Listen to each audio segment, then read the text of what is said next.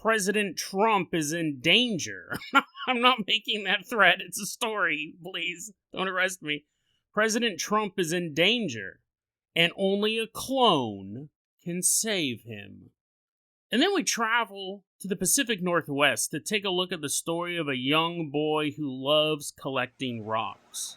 But one day, when he thinks he just hit the mother lode and found the bestest rocks in the world, he meets a stranger who will rock his world. Today on Dead Rabbit Radio.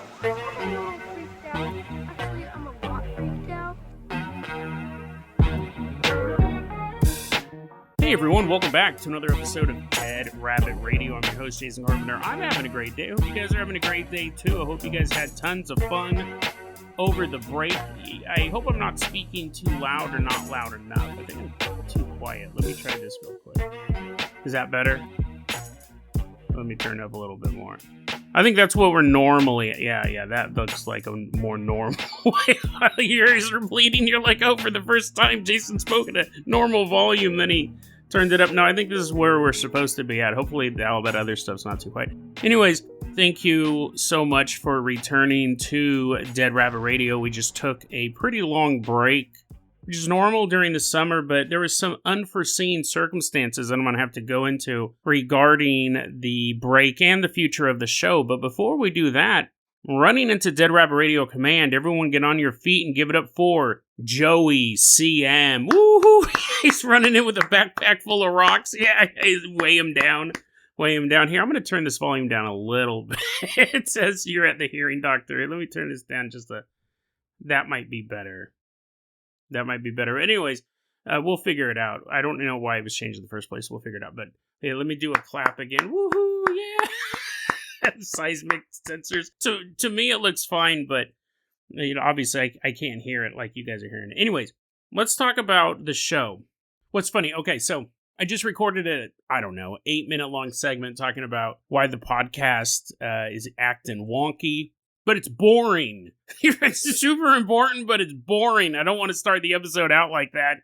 It also explains why Joey CM is visiting Dead Rabbit Radio Command. Let's just say he's a dedicated fan who pointed out a problem that I thought would take weeks for anyone to notice. I made the problem on purpose, but anyways, I'll release that as a little separate segment. Probably shouldn't, because part of the problem is there's too many episodes, but whatever. I don't want to start my week back episode, my vacation back episode, with just a bunch of me talking about technical problems. So Joey CM, dedicated listener, that is why he is going to be our captain, our pilot of this episode. If you guys can't support the show financially through the Patreon or the merch store or anything like that, just do what Joey did. Be a dedicated fan to Dead Rabbit Radio. Tell your friends, tell your family, tell everyone you know. Dead Rabbit Radio is your favorite paranormal show. That is how you can help the show grow. Okay, this is the type of energy I want for this episode, not that dreary guy who is explaining why the podcast might not be around much longer. You'll have to listen to that separately. It's a big technical issue. It's going to be around, but it's going to take a lot of time and money to fix it. But anyway, I don't want to talk about that anymore. I want to talk about some fun stuff. Joey CM, let's go ahead and get this party started. I'm going to toss you the keys to the Jason Jalopy. Why don't we leave behind Dead Rabbit Radio Command? You can drive us all the way out to Florida. I went and saw The Odyssey over my break, my summer break as well. I saw a bunch of movies. I saw The Odyssey. Too long. I saw the new Spider-Man movie. I don't have a joke for that. I was thinking, like, oh, that was a joke about the Odyssey? Well, yeah, because it's like 20 years long, right? Like, I was talking about the actual story. You're like, Jason, the joke doesn't make sense because the movie's 3 hours long. It is. No, I actually really like the Odyssey. I like Spider-Man, too. I watched a lot of good stuff. I watched this movie called Kid Detective. That was a lot of fun. But we'll talk about movies later. Let's go ahead, because this story is important. Why am I even getting distracted telling stupid jokes? I think I'm undercutting how important this story is, because we're headed not just to Florida, we're headed to Mar-a-Lago, Florida, because we have a message for the president. A message only you can deliver. You're like, oh great, what, am I going to get arrested? You're going to make me threaten the president? Well, let's just get to it. It's you. It's not me. It's not Joey. It's you. You have a message to deliver to President Trump. It's July 2026. We pull up outside Mar-a-Lago, and you're walking up to the front gate of... Does it have a gate? It probably does now. It probably just used to be a nice golf club. Now it probably has like 8-foot-tall spiked gates. It's like the walls of Troy. You walk up to the gate, and me and Joey are kind of standing in the back, and you walk up and you see the guards there, and you're like, I have a message for President Trump. And the guards look at each other, and they're like, oh, great, another one. And you're like, no, I really have to tell Trump this stuff. I'm going to save his life. I'm going to save his life. And that's when the guards grab you. This is kind of what you expected, obviously. But what you don't expect is after they grab you, they begin yanking your pants off. And you're like, what? What are you guys doing? I just want to talk to Trump. And they're not like checking you for weapons. They're not like patting you down for a knife or a gun or nothing. Well, they're patting you down, but it's not where you think like a gun or a knife would be. They keep grabbing your crotch. You're like, no, stop it. Jason, Joey, save me. Save me. We're all running away. They're pulling your pants off. They're grabbing your crotch because they need to know for certain you're not another one of them. So let's take a look at what happened here back in July. What happened in air quotes to start off, but July 2026. Mar-a-Lago, Florida, a man named Jason Thomas, 45 years old, walks up to the gates of Mar-a-Lago, tears streaming down his face. And he goes, please, this is actual quotes. We have actual quotes from this event. Quote, please let me talk to President Trump just for a minute. He has to know of the clones. For all mankind, I must talk to Trump.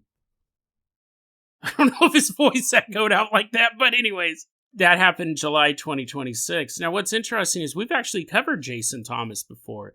Longtime listeners of the show, short-time listeners of the show may be familiar with the name Jason Thomas, because we covered him back in December, back on episode 1563, or why did I say it like that? Episode 1563, The Mystery of the Missing Space Scientists. Jason Thomas was one of those scientists who has been linked to all of these missing and dead scientists. We had that cluster going on a while back. I'm sure it's still happening. It's probably just not in the news. Jason Thomas was probably the most heartbreaking story of the group. I don't think it really had anything to do with the government cover-up. What had happened was in November of 2025, his mother died. Like in a rest home. I believe she had Alzheimer's. She died in a rest home. So Jason and his dad went back home to discuss planning mom's funeral. And his dad died. Right in Jason's arms.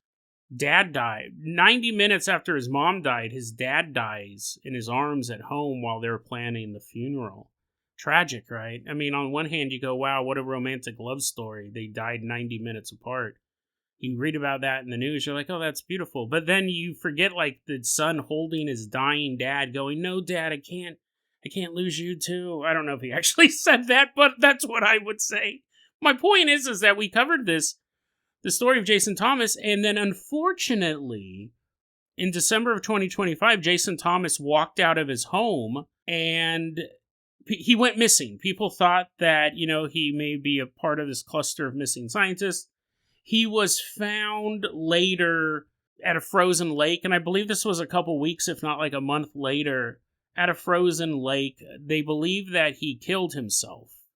And that's probably what happened. He probably killed himself. It probably wasn't tied up into all this missing scientists. I do think there's probably something real going on with that phenomenon, but even when I recorded that episode, I go, the story of Jason Thomas, this probably is a legit suicide due to the events that happened just, a month before that.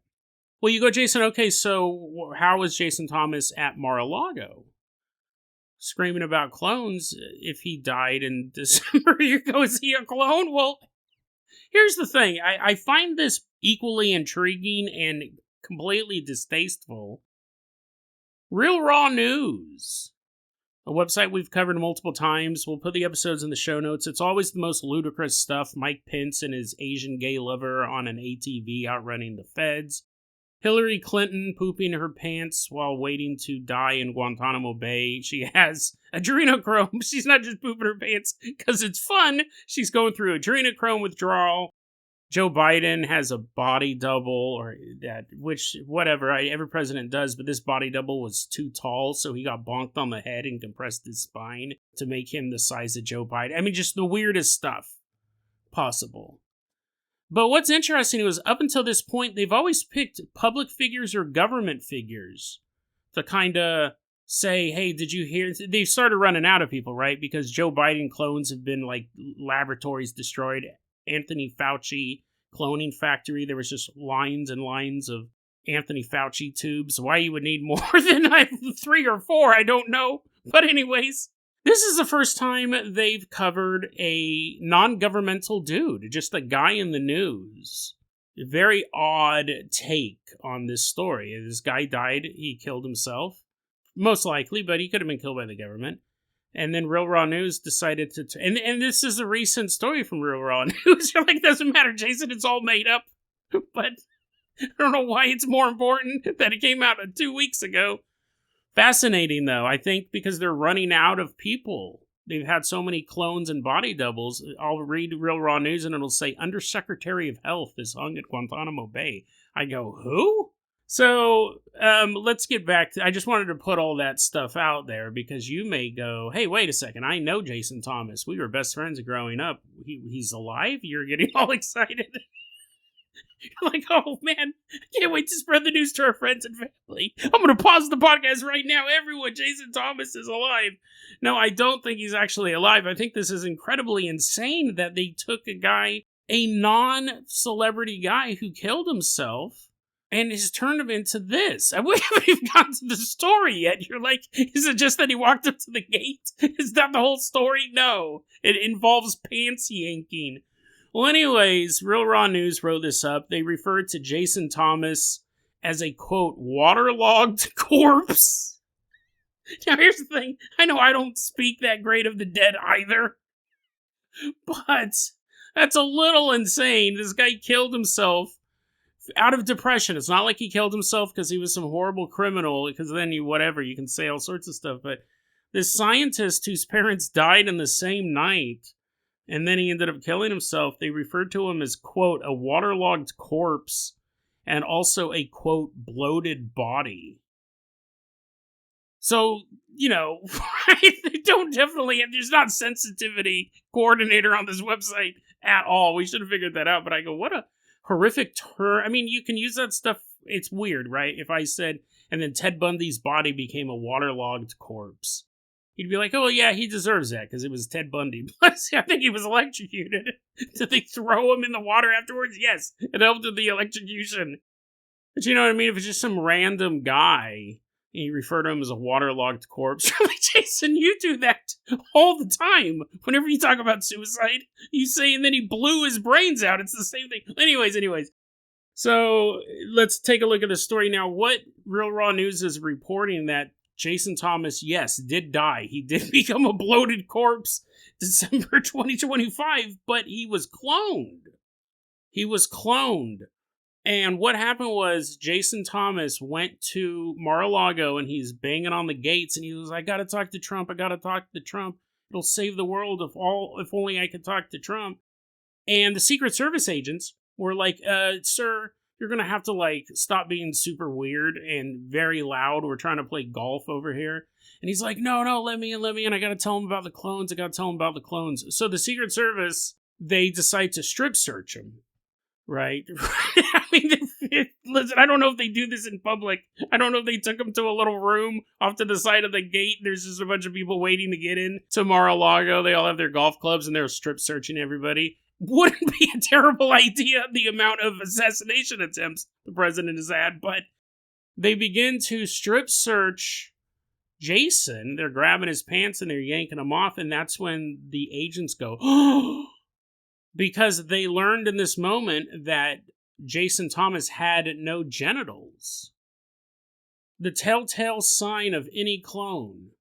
There's just a smooth patch of skin from the abdomen down to... I wonder if they have a butthole. I would hope so. They're like, oh, listen, clone, you have to fulfill this mission within the next 72 hours or your intestines will explode. No stopping at Taco Bell during this one.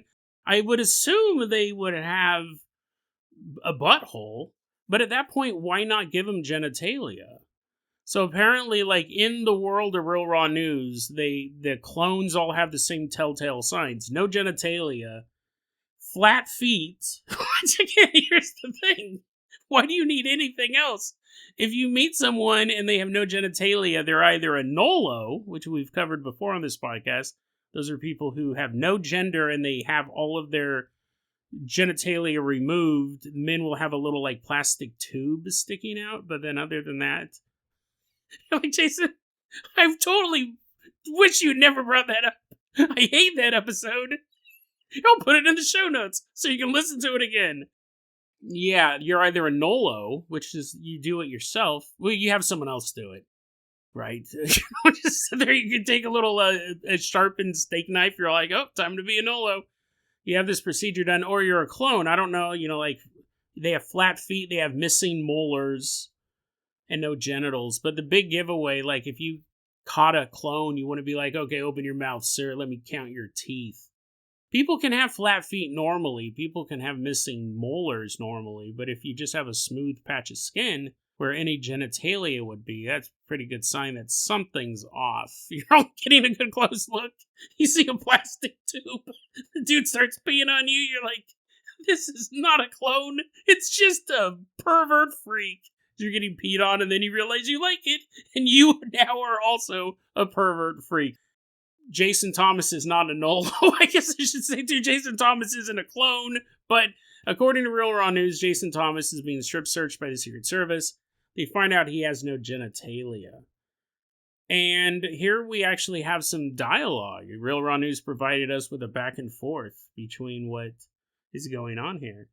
Quote, "What the beep are we seeing?" one agent said. "Bring me before Trump. I am a scientist who was forced at gunpoint and threat to my family." I don't know if he actually spoke wrong or if they typed it up wrong. But I am a scientist who was forced at gunpoint and threat to my family to work at a clone lab, Thomas told the agents. "Why don't you have a dick?" an agent asked Thomas. "Are you a clone?" "I'm Jason Thomas. Get me to Trump," he answered. Right? So, I mean, and he doesn't think he's a clone. But if I was ever in any situation and I was arguing with someone and they said, "Why don't you a dick?" I would completely forget my special mission. I would go, give me the... Wait, what? What did you say? Did you say I don't have a dick? And then you look down and you're all, no! Apparently it doesn't bother him. Jason Thomas actually doesn't think he's a clone. He keeps saying, no, you got to get to me to Trump. I'll tell him about the clone labs. Well, he doesn't get to Trump.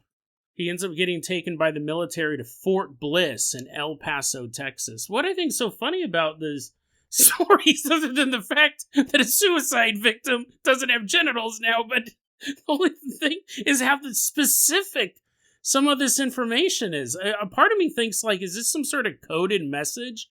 We did that episode a long time ago about all those Star Wars sites that were used by the CIA to spread information. True story.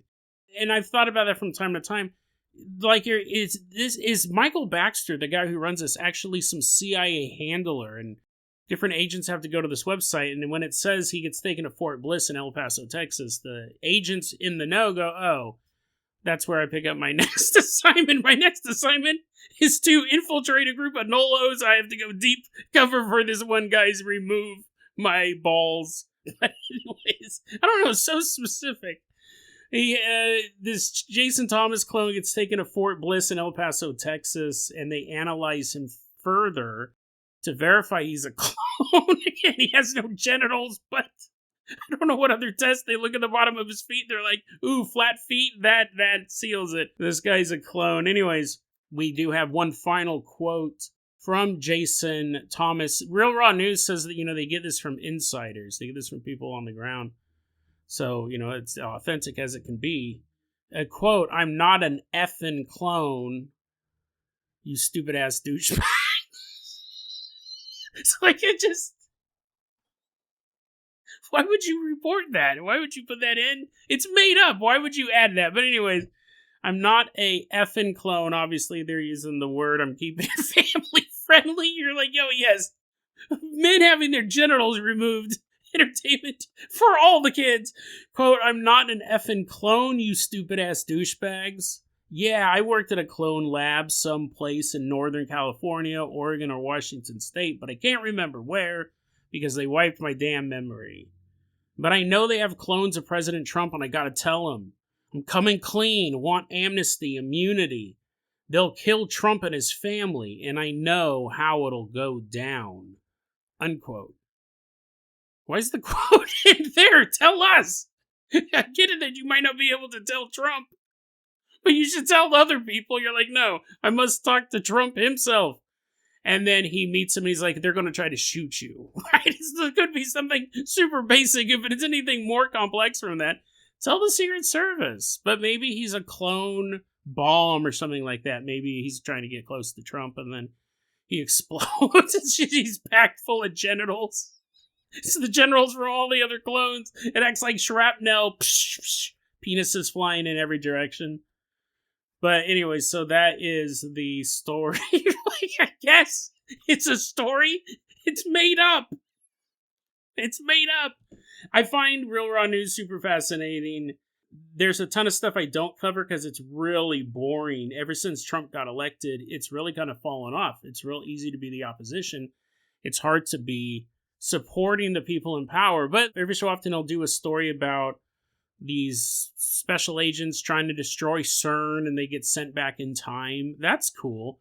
But most of the time it's stuff like the Treasury of the Health Department turned out to be greedy and is getting hung at Guantanamo Bay. That's boring, right? That story's real. That guy's actually getting hung. I'm all boring. You suck. We're the time travelers. Pull that guy's pants down as he's hanging. I want to see if he has a dick. But anyways, a lot of this stuff is boring nowadays, so I love it when we get something. And then this is even crazier. I can't think of a time he's taken just a normal person and put him in a story. Like even Mike Pence's gay Asian lover, they never named the guy or said where he lived or called him a waterlogged corpse. He just said that Mike Pence had a gay Asian lover, this young man, and they were riding away on an ATV as they were being chased by federal authorities. Why? I don't even remember why they were after Mike Pence.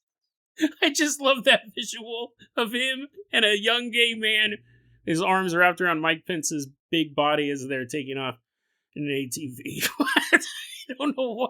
Why do you love that image, Jason? Why would anyone love that image? I just think it's so ridiculous. And I should let you know, the young man did get gunned down. He died, if I remember correctly. I mean, none of it happened. But if I remember correctly, Mike Pence is all, no, I have to clone you. I have to clone you, but the part I love the most won't be there. Oh. It wasn't a real guy. They didn't say Bobby Lee and Mike. Well, even Bobby Lee's a celebrity. They didn't say, like, Joseph Marcus, who's some guy who killed himself. Some Asian guy who killed himself is now dating Mike Pence. It's very weird they took a real person and turned him into a character in the story.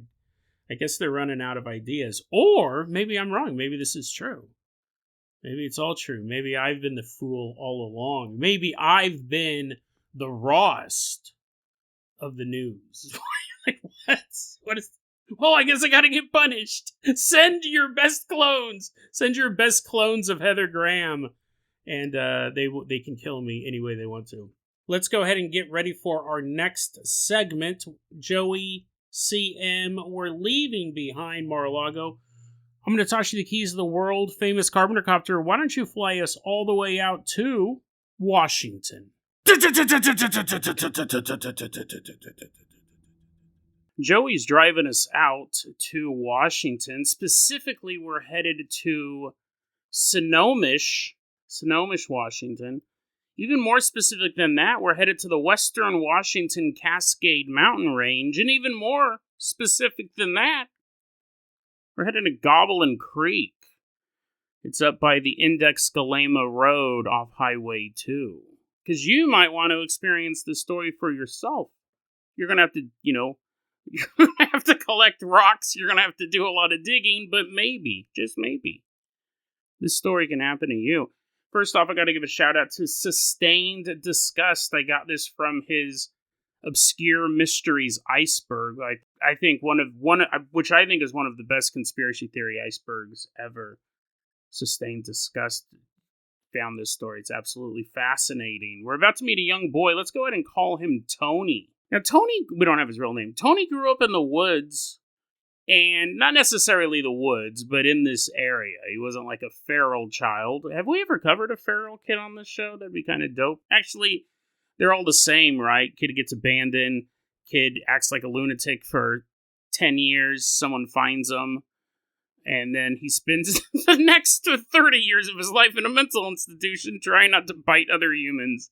When I was a kid, I would read about feral children from time to time, but they're not that interesting to cover. It'd probably be pretty cool to be one, but not the mental institution part. Like, imagine if when you were 3 or 4, something like that, your plane crashed and you were the only survivor. Everyone else is dead. And you don't know how to do anything because you're 3, right? You're just a little guy.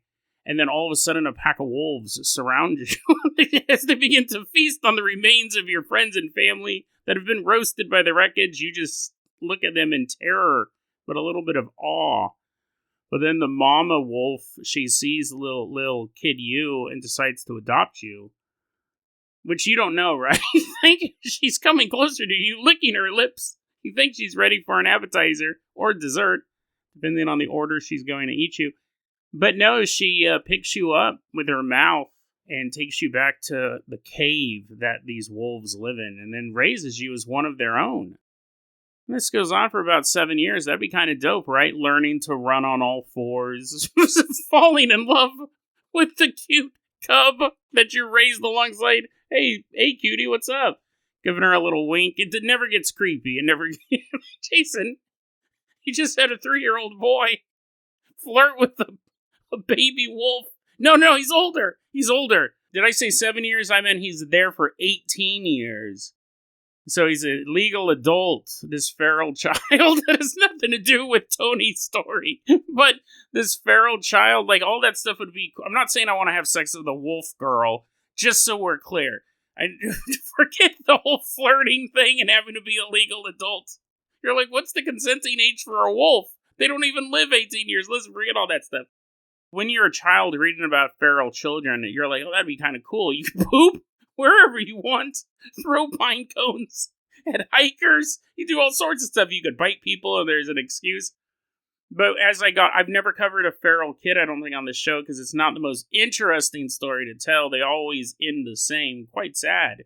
They're in a mental institution because society is trying to tell them to act like a human. Don't put me in a box, Mr. Square. I'm going to bite you now. Just like my wolf girlfriend taught me. But, it's funny. You wonder how many feral kids aren't found, who just live their entire life in the woods, running around on all fours, biting people. I guess that's an easy way to get discovered, biting humans.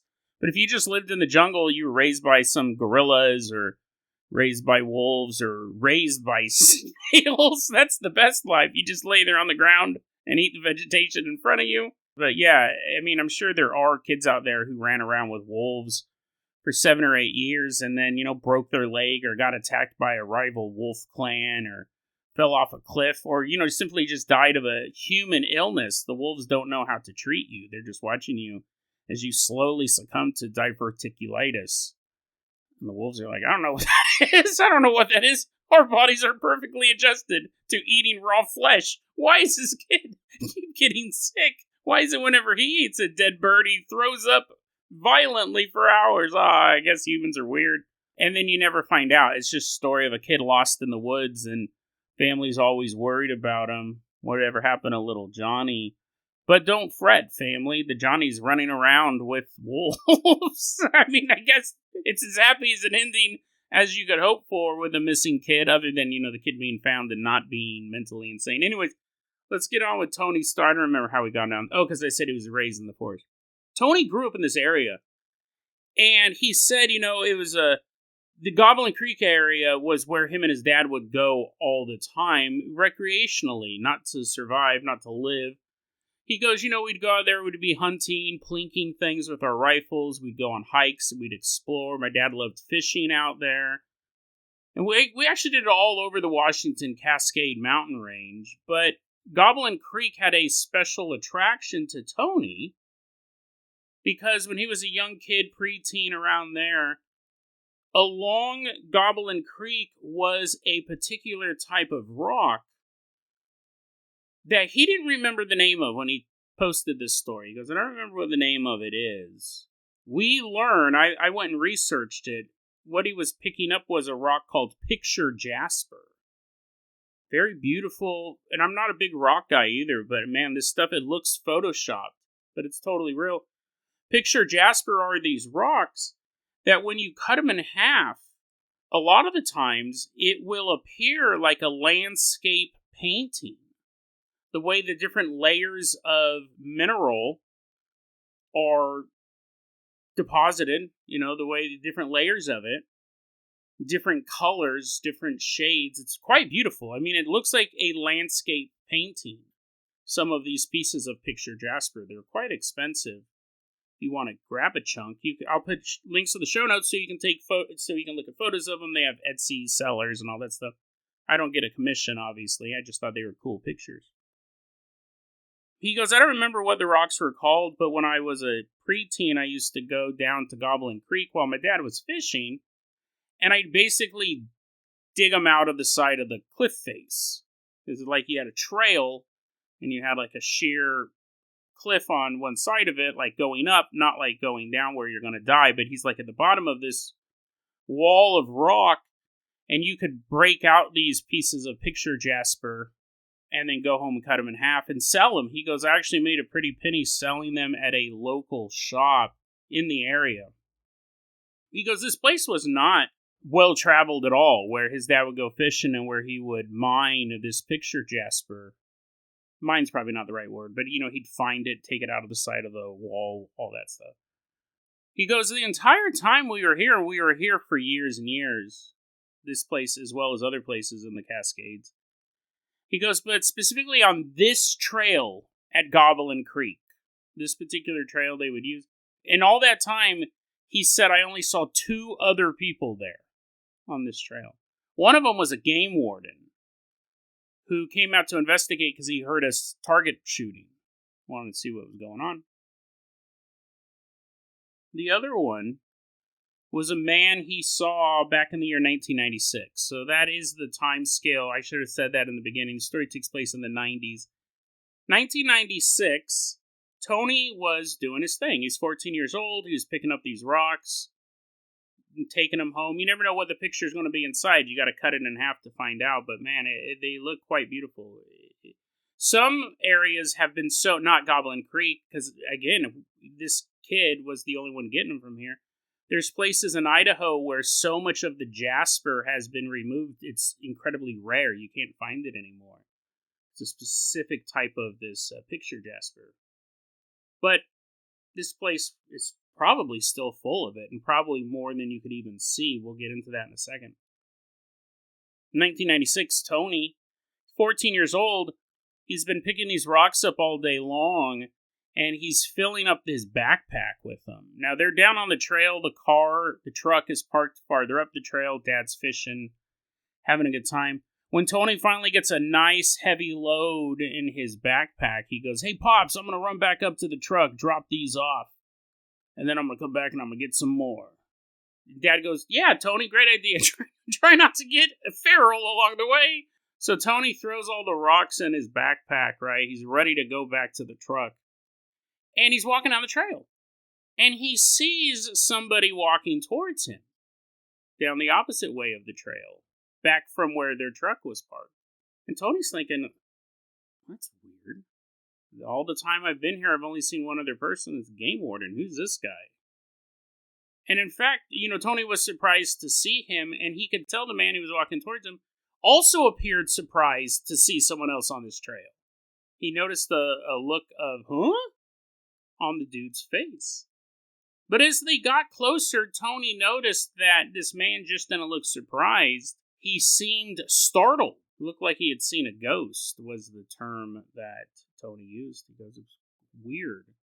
Tony also said it was really interesting because as we were walking towards each other, the man looked like he wanted to say something to me. You know that look. We've given that look, and we've seen other people give that look where it looks like someone wants to say something to you, but then they don't.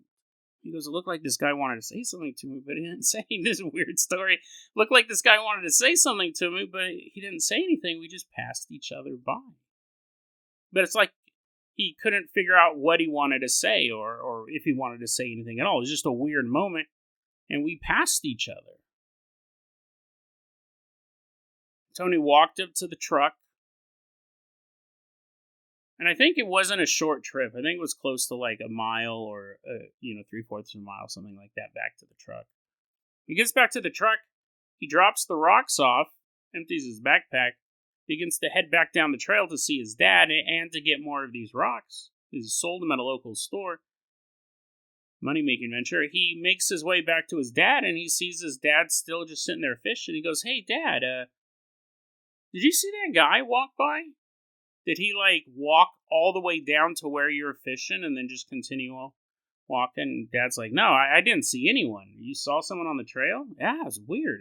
It's some man. That's weird. No one ever comes on this trail. Fast forward to the year 2011. Tony, some of you guys may go, okay, let me guess. I know what's going to happen. Let me finish this because it's pretty fascinating, even the back end of it.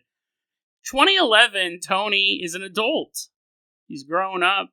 He's back in Sonomish, which he had moved out of that area. He's back, though, visiting some family, and while he's down there, he goes, you know what I'm going to do?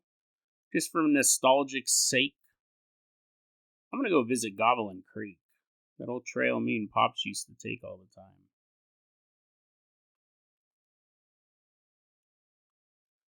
Tony said he drives out there, and the way that he normally got into that area, him and his pops had driven into the area, had been washed out. So he goes, I can't take that way. But because he was so familiar with the area, he goes, I'll go this other way in. I'll park in another location. I know that another way I can hike in through the woods to get to the trail on Goblin Creek. So he does. He goes this roundabout way because he's really interested in, having a trip down memory lane.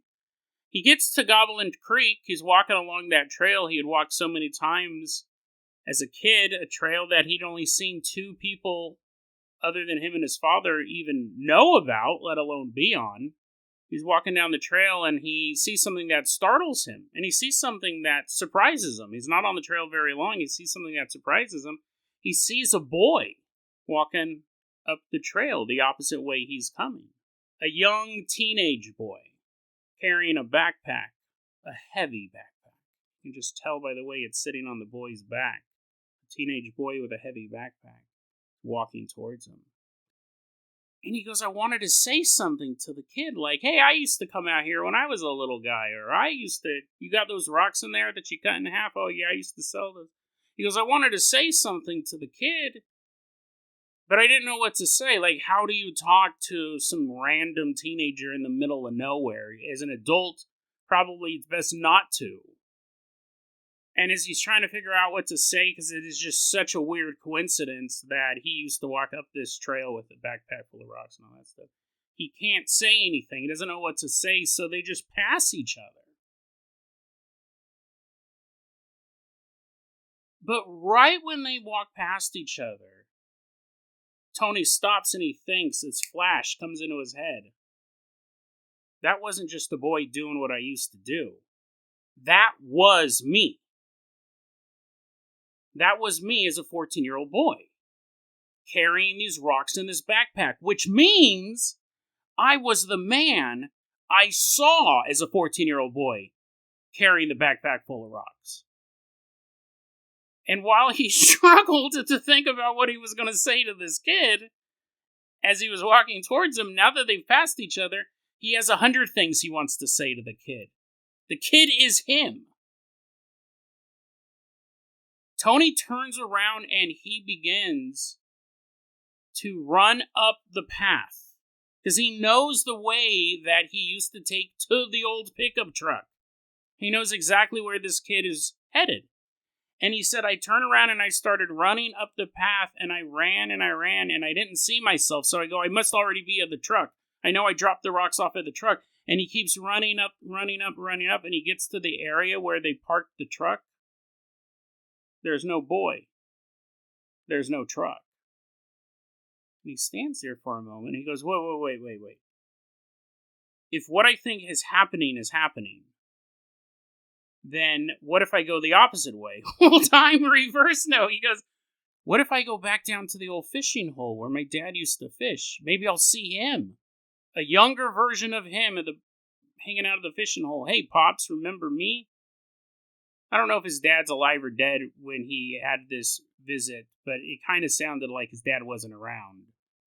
So what an important moment, right? You could revisit your dad while he was still alive before he died in that horrible fishing accident the same day you saw that stranger. He then ran from where they usually park the truck all the way down the trail, and he goes, is Dad going to be there? Is Dad going to be fishing? Just like I remember him. He runs all the way down that trail and he gets to where his dad would always fish. No one's there. He just stands there for a moment. And he realizes that he was the man he saw that day. He knows that for a fact.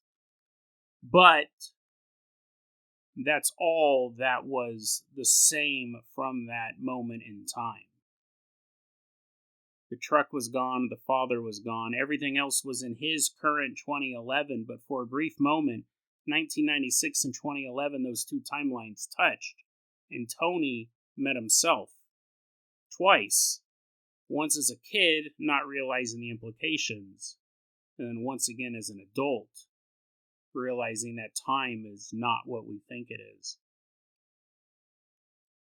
Tony said, I've never told this story to my friends and family. I didn't go home and talk to them about it.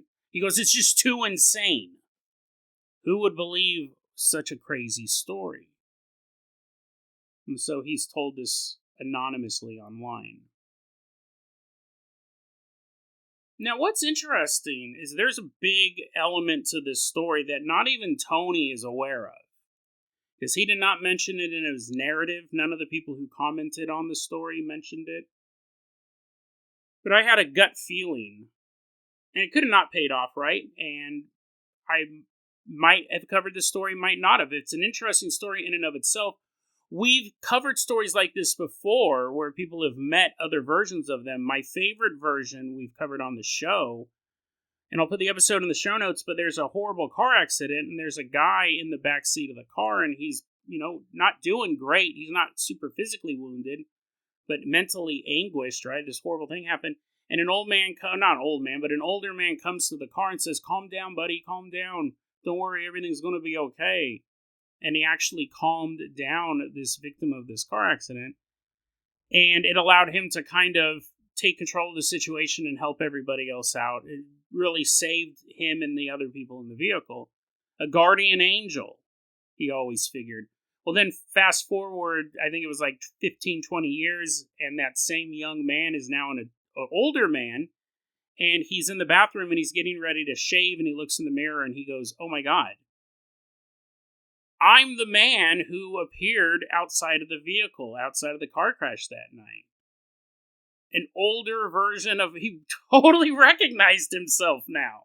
I love that story because it really makes you think the nature of guardian angels, the nature of time. This story in and of itself is very fascinating. But I just had a hunch. I don't even know where it came from. And I thought, what type of rock was he actually getting? Because he does not name it. He goes, I don't remember what they're called. I go, what was the type of rock? I just had a hunch. I go, what was the type of rock he was looking for? So putting in the description of the area that it was found and its qualities, that when you cut it in half, it creates a beautiful landscape, I discovered it was called picture jasper.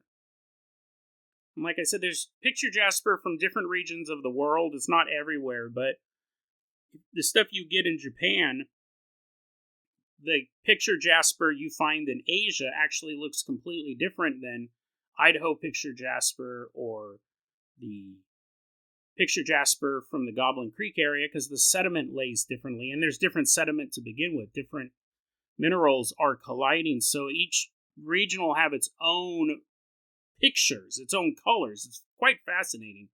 And jasper is mentioned throughout history. It's mentioned throughout the Bible. It's used ceremonially. Jasper itself is considered one of the most powerful minerals, and that's why it's been revered from all over the world. Swords inlaid with jasper, armor with jasper, crowns with jasper stones in them. Going way, way back, despite its just obvious beauty to a lot of these stones, a lot of cultures, a lot of belief systems say that jasper itself is powerful. And so I found this website called Crystal Vaults. It basically is what you think it is. They talk about the metaphysical abilities of different types of minerals. And that's where I was finding a bunch of this jasper information. Jasper, some cultures call it the stone of global awareness. It's a stone that can do pretty much anything. It can keep away scorpions and spiders. Now, don't go. You're like, oh, I was wondering how I could stop this army of Black Widows from attacking me. Honey, let's go buy some jasper. I'm not saying that it will do all of this stuff, but a lot of cultures believe this. It will stop scorpions and snakes. It will bring rain. You can use it to call rain down from the sky. If a baby is given it from birth, the baby has jasper from birth, which again, I'm not advising. They could choke on it and die. But, like Jason, they didn't just give him a smooth stone of jasper and give it to the baby's hands and go, you don't know what food is yet, but here, hold on to this beautiful stone. And a pendant or a ring or what. I don't think you can give a baby a ring either. Aren't they constantly sucking their fingers? My point is that I don't know if the baby has to wear it from birth, or they just say, this is yours, but we're going to put it in this chest for now. If a baby owns a piece of jasper from birth, it'll protect them from both ghosts. I don't know, how come I couldn't say that word all of a sudden? Ghosts, boo, ghosts. And drowning. It's pretty... Most people don't need protection from ghosts. I mean, it's not a bad thing to be protected from. But drowning in a time of, old-timey stuff when people are constantly getting on boats and yachts, not yachts, big old battleships and stuff like that, man o' wars. Is that a real boat? That was in Age of Empires. But the point is that, it'd be good to have something protected from drowning. They're like, well, a lot of babies do die. We have to say, we haven't figured out how to give it to him yet. But if he doesn't swallow the jasper, the chances of him drowning are virtually zero. And there's a whole list of the things that jasper is capable of. But I was looking for something specific. And this is what I found on Crystal Vaults. Quote, highly attuned to Earth's electromagnetic fields and energy systems, picture jasper provides a remarkable ability during meditation to merge with the consciousness of Earth. It allows access to vast records stored within the planet's mineral database, and may be used to view the world's history and connect with the energy of sacred sites and ancient civilizations. It encourages ecological responsibility, and the rest of the stuff, it probably makes you want to not chop down a tree. But and then it talks about joy and all that. You're like, no, tell me about the joy. I'm horribly depressed since all these spiders attacked me. Plus, I have no genitals. Oh, you can read yourself, but you can use jasper to get everlasting joy. Ecological balance, boring. That right there, going back to, and maybe it allow you, quote, may be used to view the world's history. It's a time stone. Which oddly makes sense. Listen, man, you gotta see what this stuff looks like. Maybe I'll use a photo for the show notes of what picture jasper looks like, but it does look like you go, this can't be real. How can you chop this in half and it looks like a perfect landscape? It looks like a mountain range with a blue sky above it. It's almost like it did take a photo of the Earth over the course of millions of years. And if I was an old-timey ancient person and saw something like that, that's what it would feel like. It would feel like a photograph before photographs were even invented. Because I could look up and see the mountain range that I just got this from. And I'm not saying it's picture perfect, but it invokes the same feeling. It freezes time. It messes with it. I 100, and listen, I'm not super woo-woo when it comes to stones and stuff like that. I do believe that some of them do have some abilities, but I don't believe that every stone works in a certain way. But I also don't discount it. I personally don't use stones for healing or anything like that, but I don't, when people do that, I go, that's not doing anything for you. Because I don't know. It's a subject that I don't study very heavily. So whenever stuff like this crisscrosses, here's the thing. I'll be honest with you. If Tony said in his original narrative, the rock I got was Picture Jasper, and Picture Jasper's been known to be able to communicate through time, to see through vast periods, and that's why I think what happened, I probably would have discounted the story. I would have go, well, that's really convenient that he solved the mystery and he knows it. No, it was the fact that he still doesn't know what happened, and he didn't even know the rocks he was picking up. And then, because Crystal Vaults wasn't the first website I went to all these other websites, and they're just talking about mineral composition and boring stuff. Ecological responsibility, pure joy, boo! When I found Crystal Vaults that really broke down the mysticism and mystical qualities of Jasper, and I came across that, I go, think about it. Now, this may be what happened. You're walking alongside a large hill, because the way, he described it was there was a trail, and on one side of it was kind of like a hill / cliff face, and on the other side just a nice little slope down towards Goblin Creek. That is packed with Picture Jasper. Because this is where he's getting it from. Just chiseling out little pieces of it. He's walking alongside that with a backpack full of it. And it's basically, even though he had done this hundreds of times before, this is the way that the paranormal and the mystical can work. Everything has to be laid out just right. That's why sometimes it seems like a once-in-a-lifetime thing. Walking alongside the Picture Jasper with a backpack full of Picture Jasper. And everything aligned just right that the adult version of him was walking down that trail. Those two moments, 1996 and 2011, that was when they came close enough that the combination of walking alongside the Picture Jasper and having the backpack full of Picture Jasper warped time. The Tuesday before and the Thursday after didn't line up to adult Tony walking down that trail. But for whatever reason, this is my theory, right? For whatever reason, that moment caused almost not even a mystical element, but just a scientific element. Akin to magnetism. The two timelines converged at the same time he was walking with that. If he was walking and he didn't have the backpack on, nothing would have happened.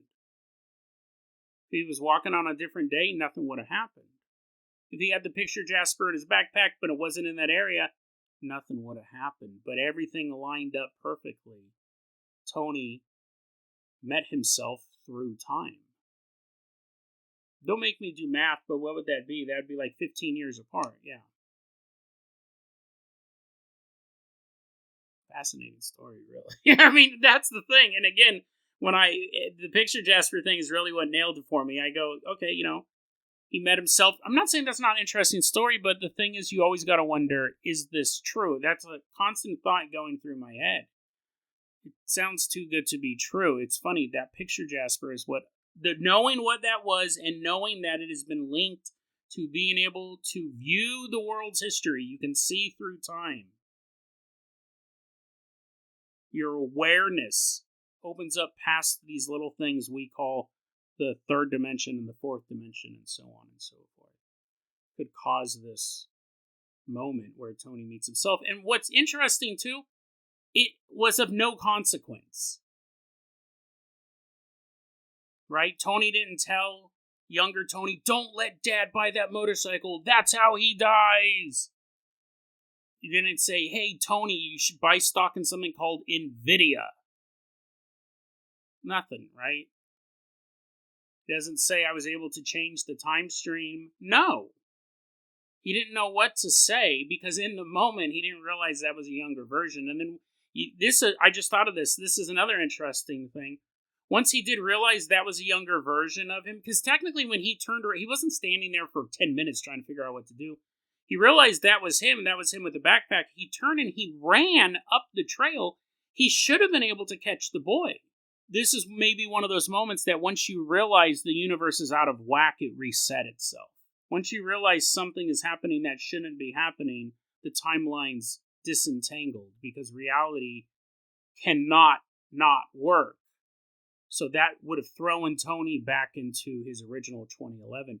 Had he not come to that conclusion, had he continued walking down the trail, there's a chance he would have seen his dad fishing. But that also could disentangle everything. He could be like, what? My dad fishing? My dad died in that motor? I don't even know if the dad's dead. The dad might have been back in the house drinking a soda, eating a turkey sandwich, waiting for his son to come home from Goblin Creek. I don't know, but that's possible because he should have caught up to the boy when he was running up the trail. But once he realized the mystical element that was going on in his life, it could have disentangled everything and snapped him back into reality. Reality and super reality, or para-reality, or paranormal is what it's normally called, they have a odd relationship. And the human brain, the oddest of all, the human brain does not like to comprehend things that can't exist. And it will make you look down a dark hallway, and instead of seeing that tall, lanky, naked man standing there, he's a Nolo. He's been waiting for you because I placed a Craigslist ad saying you wanted to be a Nolo. I gave him your address. You look down the hallway. Well, that doesn't work because that'd be a real guy. Okay, the Nolo, this is the day before the Nolo shows up. Because he is showing up, but the day before the Nolo shows up, you have no idea what's going to happen. You're walking and you look down your hallway and you see a little girl standing there with a jump rope. But she's like jumping the rope and you hear her singing a jump rope song. And then you look and she's like a ghost, right? You're like, oh, that must be my daughter. That must be my daughter. I'm glad I had kids. I'm glad I had my genitals so I could have children. I'll always have my genitals, you say out loud. No, it's not your daughter. It's a ghost. You see a little ghost. A lot of times your brain will just go, nope, and you won't see anything because it's perceiving something that doesn't exist. Your brain is telling you that doesn't exist. Not only does it not exist, it's going to terrify you beyond all comprehension. So we're going to make it so you don't perceive that. But what you will do is you'll look down the hallway and you'll get a creepy feeling, and that's it. Or maybe not even that. Maybe your brain will even block that. But usually you'll be like, oh, that was weird.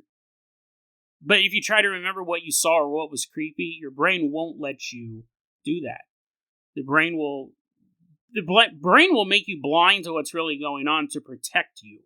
And we see this in real disasters. We see this in paranormal events as well. And how powerful is the brain and its connection to the outside world? Once you realize you were in the past, your brain goes, nope. And reality goes, what? Oh, yeah, sorry. And then you're not. Had he not realized where he was, he might have been able to see his dad. He might have been able to catch the boy, but obviously he'd only be chasing the boy if he thought it was him. Interesting story, though. Absolutely fascinating story. I think both of these stories today were great ones to start. You're like, yeah, the second story was good. Could have gone without all of the having my pants yanked off by Secret Service. Well, yeah, sorry about that. We probably could have warned you, but I didn't warn you about the Nolo visiting your house tomorrow night. Or will they? Maybe it'll be the night after that.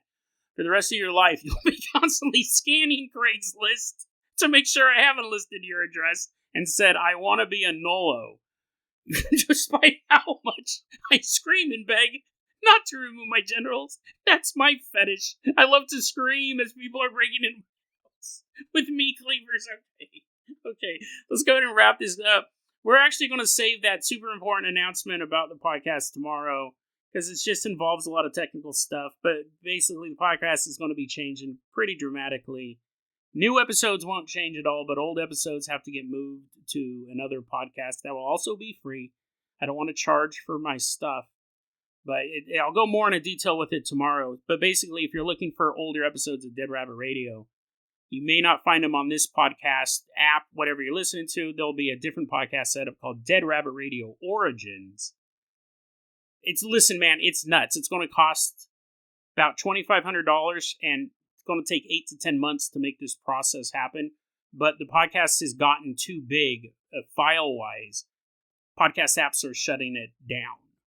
Search engines are no longer referencing it. So that's why my break was so weird and I stopped doing stuff. Anyways, we'll go more into depth about that tomorrow. But for now, deadrabbitradio@gmail.com is going to be our email address. You can also hit us up at facebook.com/deadrabbitradio. TikTok is @deadrabbitradio. Dead Rabbit Radio is the daily paranormal, conspiracy, and true crime podcast. You don't have to listen to it every day, but I'm glad you listened to it today. Have a great one. I'm glad to be back. I'm glad to have you back. See you tomorrow.